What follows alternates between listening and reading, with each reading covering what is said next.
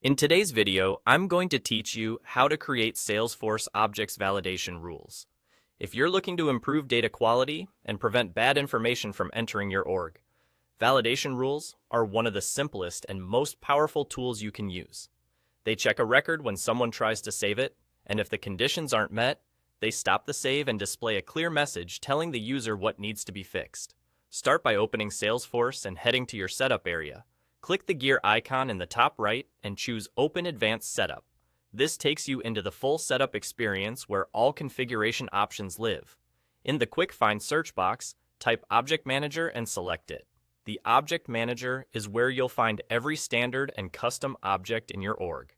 Next, locate and click the label of the object you want to add a validation rule to. Maybe it's account, opportunity, or a custom object you've created. Clicking the label opens that object's settings.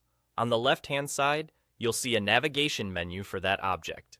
Choose Validation Rules. This page lists any existing rules and is where you'll create new ones. Now, click New in the top right to create a new rule. You'll see fields for the rule's details. Give the rule a clear, concise name so it's easy to recognize later, and add a description that explains what the rule does and why it exists.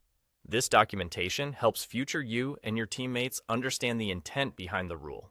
Next is the error condition formula, which is the heart of the rule. The formula should evaluate to true when you want Salesforce to block the save. For example, you might use checks like ice blank on required fields, compare dates to ensure close dates aren't in the past, or combine conditions with and or to enforce your business logic. Reference the fields on your object and keep the logic as simple and readable as possible. Then, write the error message that end users will see.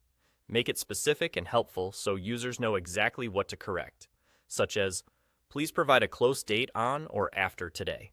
Avoid technical jargon and keep it short and actionable. After entering all the necessary details, click Save.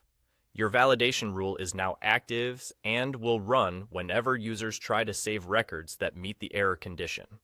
If you're rolling this out to a large team, consider communicating the change and sharing examples of valid inputs so everyone knows what to expect.